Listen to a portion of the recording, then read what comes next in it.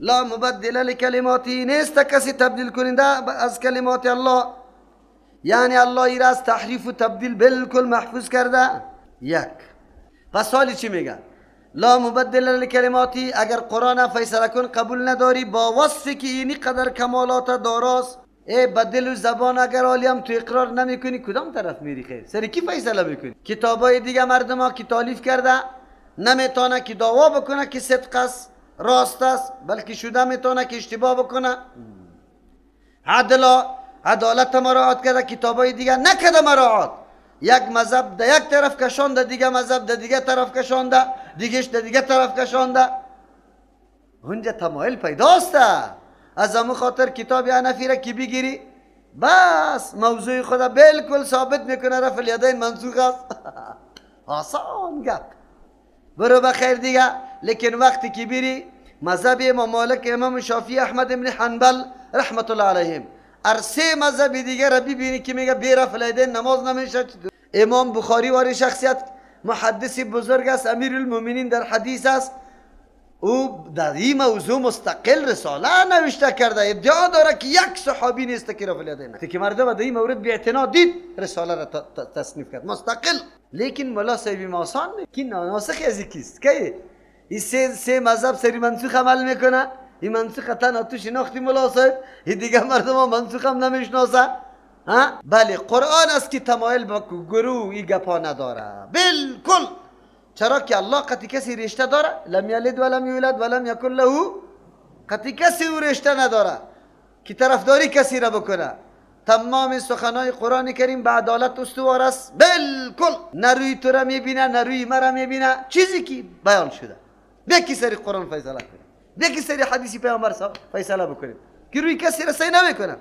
کتاب تو خو فقط طرفداری تو را کرده، کتاب خدا که برای ما میاری مکمل. پیغمبر علیه السلام جلسه استراحت در حالت آخری عمری خود کرد، به خاطر که خیلی بدنش قوی شده بود، خسته نمیتونست. یک دفعه کمی میشید باز میخسته. ما شما خود چست هستیم نمیشینیم. خب نه یک دفعه را یفلیده میشده به خاطر چی؟ منافقا بوتا را در بغل گرفته بود.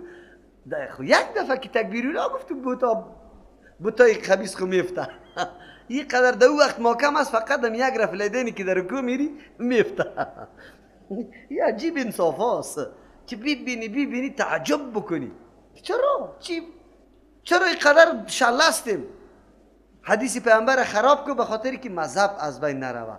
یک شرح از علما را میخواندم سر یک کتاب، در اونجا همینطور بود هذا الحدیث مخالف لمذهبنا، این حدیث مخالف است از کی؟ مذهب ما. فیجب تاویله، پس واجب است که را تاویل کنیم. واجب است که حدیثه. ما گفتم چقدر یه عالم عالی علمیتش برجستگی خدا نشان میداد که اینطور میگفت که مذهبنا مخالف لهذا الحدیث، مذهب ما مخالف است از این حدیث. فیجب تاویل المذهب لهذا الحدیث، واجب است که مذهب خدا بگردانیم طرفی کی؟ طرف حدیث، نه حدیث پیغمبر را تاویل کنیم که مذهب بیرون نشود. ایره چی میکنی؟ یک عالمی برجسته در شهر کابلیتان در یک رمضان گپا میزنه، مجموعه 6 تا جوانا برش چی میگه؟ گپا را گفته رایسته، باز میگه که کرخی صاحبام گفته که هرگاه قرآن و حدیث مخالف مذهب بیا فرض است برش که باید او را تاویل کنه. ایره چی بکنه؟ تاویل بکنه. ببینید حدیث هم خو خیر، آیت قرآن چطور کنی میدونی؟ آیت قرآن هم طرف مذهب بگردانی. تو اگر عالم باشید همی گپ ده همو کرخی گفته به زبانی تو مناسب است که بگو. این بچهای جوان چی ذهنیت میگیره که خو مذهب اصل است، احادیث قرآن چیست؟ بگو فرع خدمتگاریش است، اگر موافق بود بپذیر، اگر نبود تو بده کلیشه، طرفی مذهب برابر کشه. عجیب است. و جناب عالم تو خو علم داری یا نه؟ درس قرآن هم میدی، درس حدیث هم میدی، چرا؟ ما او روز براتون گفتم که علمای برجسته ما اینطور است، از عوام چی گله کنیم؟ صحیح است؟ از عوام گله میتونیم؟ نمیتونیم. این مشکلات ها هست، الله رحم بکنه. خب و هو السمیع العلیم، الله شنونده است تمام اقوال، تمام دعاها را، تمام شکایتها را، تمام اعتراضها را که سری دعوتگری توحید میشه. العلیم میدانه که چی بکنه دیگه. الله متعال فیصله خدا میکنه مطابق علم خود. و این تطع اکثر من فی الارض، بله چی چیز آدم خیلی ور خطا میسازه خبر داری؟ در هر معامله اکثریت. یک نفر هستی پدرت وفات کرده، میخوایی آمدی زنگ زدی به مولوی متوکل بیا که جنازه را به طریق سنت میخوانیم، مرا خو خبر کردی. آلی پسان بچه کاکا، بچه عمه، بچه خاله، کاکا بگو، بچه کاکا، دوست کلگی آمده، چی میکنی؟ انشالله بخیر مولوی و طلب کردیم امیر به طریق سنت. نه نه نه نه نه نه نه نه نه نه نه نه نه نه والله نمیشه. این مردم میگه شلغم گور کرد ایره به اینی گفتم گفت نه. اوه اوه در سری قبرش توری بقره نخوان، اسقاط نکد. اوه ای گپا را داشت ایره ترکت دیگه چیز نکد. حلوا را نموند که در قبر میبرد، باز دیگه نموند که مردم گشنت توشن از قبر رفتن تو سیکو ها کلی گپا را. چی میگن؟ میگن نه نه نه این کارا را نکنی که مردم نمیمونه. صحیح است گپای مولوی صاحب خو حق است، صحیح است. خلیکین صحیح است، خو ما پشتی صحیح نمیگردیم. او خو عمل سنت رسول الله صلی الله علیه و آله است، خو ما پشتی سنت رسول الله نمیگردیم. پشتی چی میگردیم؟ عمل شیطانی و بدعت قوم پشتی اسی میگردیم. حالی بیچاره یک نفر است تناسته ماسره کردشه ها. پس السلام علیکم مولوی صاحب بسیار بخشش باشه آمدنی تو نشد. آمدنی تو نشد. این سر ما شده خو یک دفعه نه به ده ها مراتبی ترگه پا شده. چرا؟ اکثریت انسان در ماحول خود میگیره. اکثریت آلی چی طور کنی؟ امروز سری مردم همی اکثریت تاثیر انداخته. وی یک قدر مردم گمراه، ها یک قدر مردم نفی گمراست. ما نگفتیم که گمراست. ما تو را دعوت میدیم الله برات عقل و هوش داده، سنجش بکو، دلیل پیدا کو، مسئله را تعقیب کو. الله از تو سوال هم میکنه. بمی تو را نمیبخشه که دیگرها همی کارا میکرد تو همی کارا بکو. این دلیل مشرکین چی میگفتن؟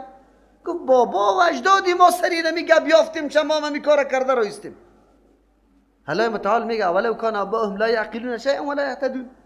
اگرچه پدرشان حتی عقل خودشان مفکوره نداشت، خودشان که از مفکوری خود یک رای صحیح را پیدا میکرد و نه گپی دیگران را گوش گرفته بود، در کل عمر خود یک ترجمه قرآن نشنیده بود. رای همون پدر را میگیره. قرآن کریم فیصله کرد معیار کیفیت است یا کمیت؟ کیفیت معیار، دلیل معیار است، اکثریت معیار نیست. در بحث شورا براتون گفتم که وقتی مشوره صورت بگیره با اکثریت فیصله نمیشه، بلکه گپی کسی گرفته میشه که قوت داشته باشه، مصلحتی چی باشه، از دیگه گپا کرده خیلی قوت داشته باشه او گرفته میشه. از او خاطر الله پیغمبر گفت فاذا عزمت فتوکل علی الله. تو تصمیم بگی، اکثریت نمیبینی. اینجا ما میتونه است. اما امروز نظام غرب مکمل از صفر تا یاره با چی چیز استوار است؟ با اکثریت. امروز انتخاباتتان رئیس جمهوریتان به کدام نظریه انتخاب میشه؟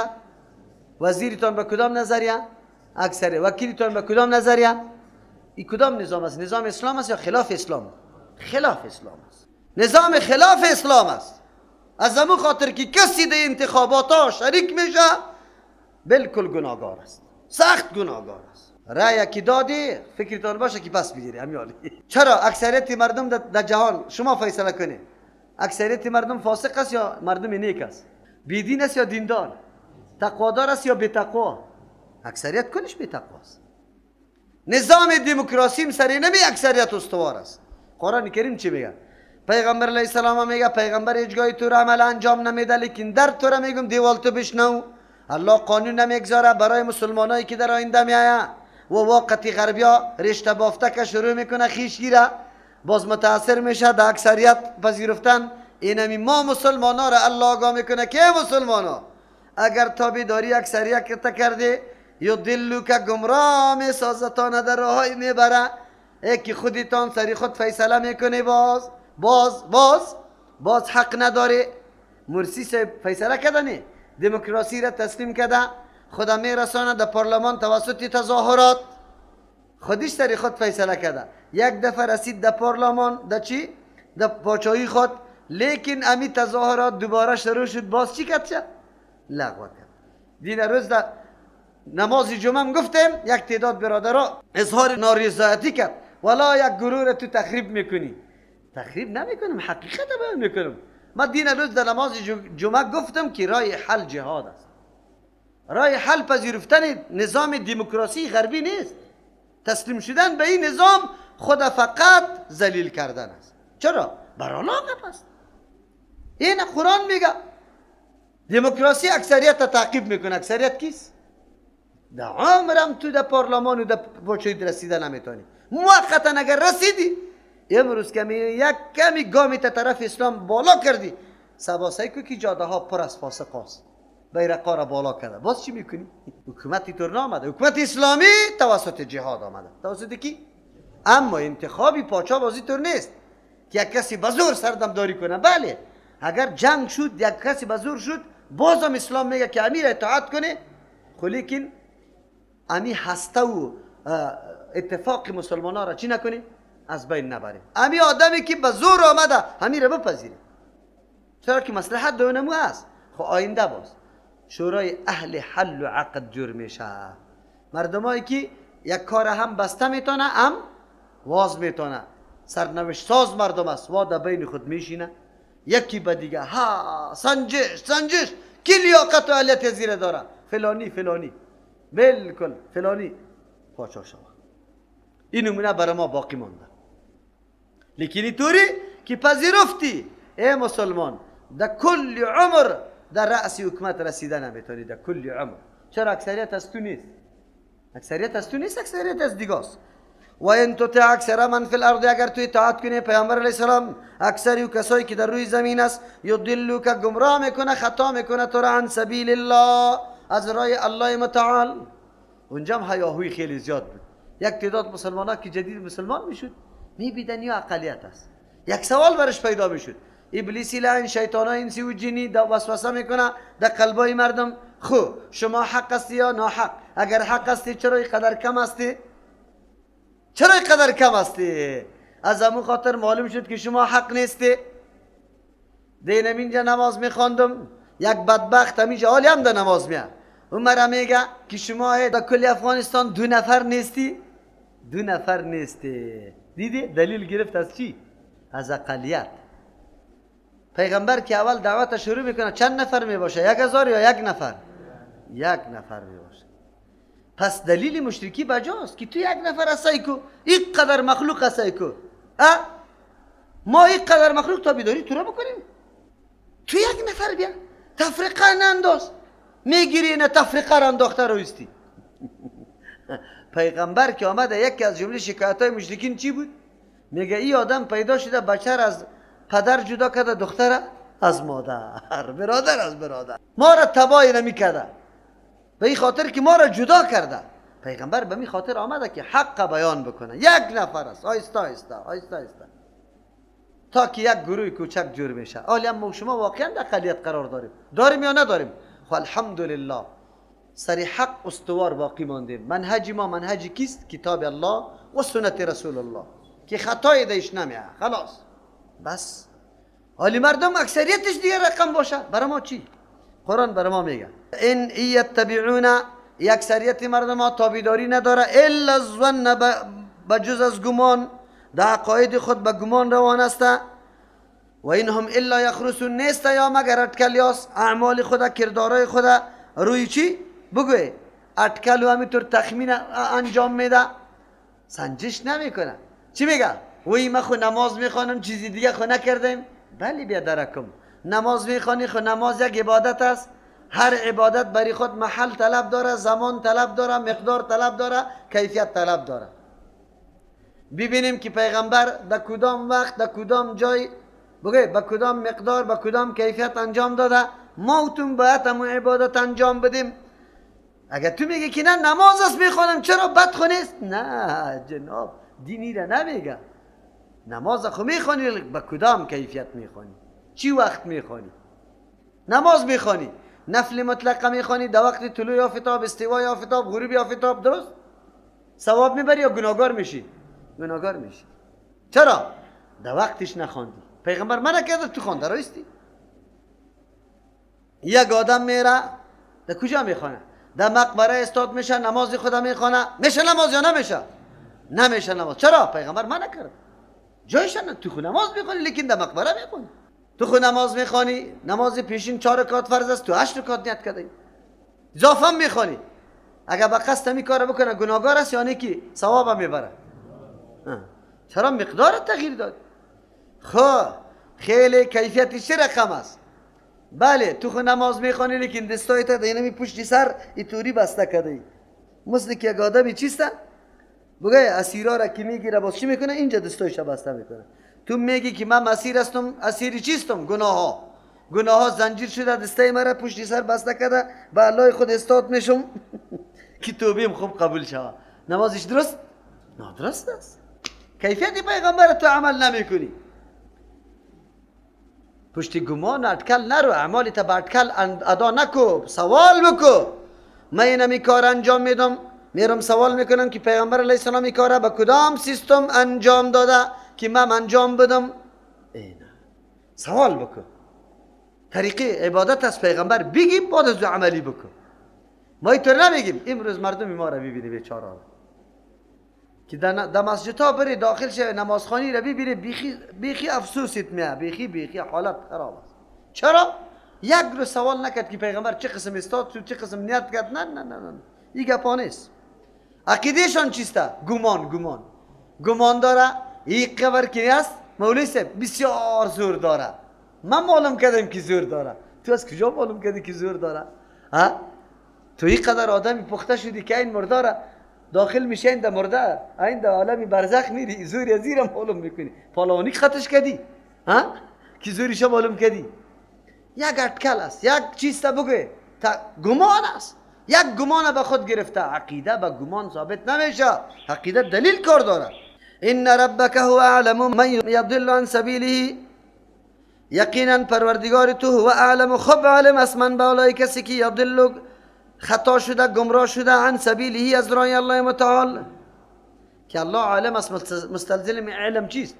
جزای مناسب به هر کس میده. کاری خوب انجام میده یا بد. و هو اعلم بالمهتدین، الله خوب علم است به کسایی که راه یاب است. پس هر کدام جزای مناسب میده.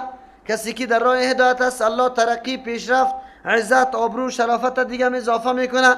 کسی که از راه الله گمراه شده نعوذ بالله دیگه حالاتی مردم با هم فرق داره. ایر الله متعال دیگه هم ذلیل کرده میره. فکلوا مما ذکر اسم الله، پس بخوری از آن چیزی که یاد کرده شده نام الله علیه بالای چیز. ان کنتم بیااتی، اگر هستی به احکام الله مؤمنین ایمان آوردنی. تقاضای ایمان است. تالی را بیان چی بود؟ بیان رد بالای شرک عقیدوی، آلی بالای رد بالای شرک عملی. ایمان عبارت از تنها نظریات و مفکوره نیست. یک انسان در مفکوری خود بگه که بالکل عقیده عالی داره. ایمان عبارت از تطبیق عملی و عقیده در زندگی هم است. اگر در زندگی همو عقیده را تطبیق نکردی ایمان تکمیل نمیشه، ایمان درست نمیشه. چیزی را که الله حلال کرده تو حرام کرده نمیتونی. اگر حلال الله متعال تو حرام عقیده کردی این شرک فعلی میگه. یا آن چیزی را که الله حرام کرده تو حلال میگی. نظر لغیر الله حرام کرده تو را حلال میگی. او چیزی را که الله حلال کرده او را تو حرام میگی. وسیله صایبه و بحیره را پیش گفته بودیم. پس اینجا کلویی نیست که ما مامور باشیم سر ما فرض باشه خوردن حتما بخوریم. نه، خوردن در وقتی ضرورت میشه، همیشه خود نمیشه. فکلو اینجا معنیش چی داره؟ فکلو شما عقیده کنه در حلال دانستن ممان چیزی که ذکر اسم الله یاد کرده میشن نام الله علیه بالای از او چیز که ذبح به نام الله میشه شما بخور. این در مقابل شبهه مشرکین بود. مشرکین میگفتن عجیب مسلمان هاست، دعوای کتاب آسمانی را هم داره، دعوای حقانیت دین خودم داره، لیکن کدام حیوانی را که خودشان ذبح میکنه که باید او حرام باشه او را حلال میدانه، گوشتش میخوره. کدام حیوانی که الله خودش او را میکشه انسان دویش دخل نداره، مثل که مردار بشه نی. الله که خودش میکشه میگه او را باز یا نمیخوره. عجیب مسلمان است، عجیب دین داره. او تعالی را خبر نداره که کشتن خود چیسته. الله متعال روح او میکنه، لیکن عمل انسان معتبر است که انسان کدام عمل در حیوان انجام داده. الله را حلال کرده خب با واسطه خود انسان. گاو گوسفند تا که ذبح تو نکنی حلال برات نیست، همونطور که بمانه، چرا عمل خود در اختیار تو قرار داده. خب فکلوا مما ذکر اسم الله، بخوری از آن چیزی که یاد کرده شده نام الله علیه بالای از او. اشاره میکنه اگر نام الله سرش یاد کرده نشده بود باید عقیده حلال بودن نداشته باشیم. پس کسی که نام میگیره غیر الله را، ولو که نام پیغمبر علیه السلام باشه، سخی صاحب باشه، فاطمه باشه، حسین باشه، ابو بکر و عمر باشه، هر کس کی باشه، اگر گفتی که نظری ابو بکر است، نظری حسین است، نظری فاطمه است، نظری پیران پیر است، این نظری بیبی است، این نظری خوجه فلان است، خلاص. ولو که در وقت ذبح نام الله را بگیری امی حیوان سری تو چیست؟ حرام است. اگر در وقت ذبح نام غیر الله را گرفتی یا سری تو چیست؟ حرام است. ان کنتم بیااته مؤمنین، اگر هستی به احکام الله عقیده و باور داره، الله امی حکم کرده، آلی دیگه عقل جنگی نکنی. آلی تو نمیگی که مسلم و یکین واره که مرداری را که الله کشته او را نمیخوریم، خودشان که میکشه را میخوره. اینطوری نگو. ما لکم الله تاکلوا، چی شده شما را که نمیخوریم؟ مما ذکر الله، نمیخوری، عقیده نداری برای حلال بودن. مما از حیوانی که ذکر اسم الله که یاد کرده میشه نام الله علیه بالایش در وقت ذبح. و قد فصل لکم، یقینا به تفصیل بیان میکنه. اینجا ماضی به معنای مضارع است. چرا سوره انعام مکی سازی پیش دیگه سوره تفصیلات تحلیل و تحریم دیش اج نشده. تحلیل و تحریم ده سوره مائده که سوره مدنی است، ده اونجا شده. بعضی ها میگه ده سوره نحل یک چیز اشاره ها شده، نه اونجا تفصیل نیست،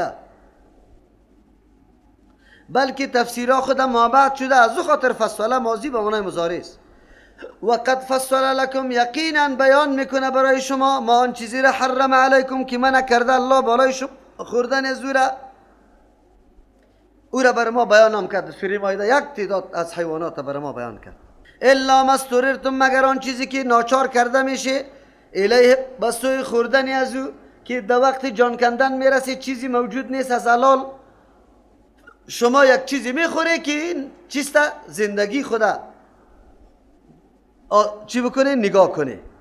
و این کثیر لا یضلون باهوائهم، یقینا بسیاری گمراه میکنه با خواهشات خود، با مقتضای خواهشات خود، بغیر علم، بدون کدام سند و دلیل. بسیار مردم گمراه میکنه.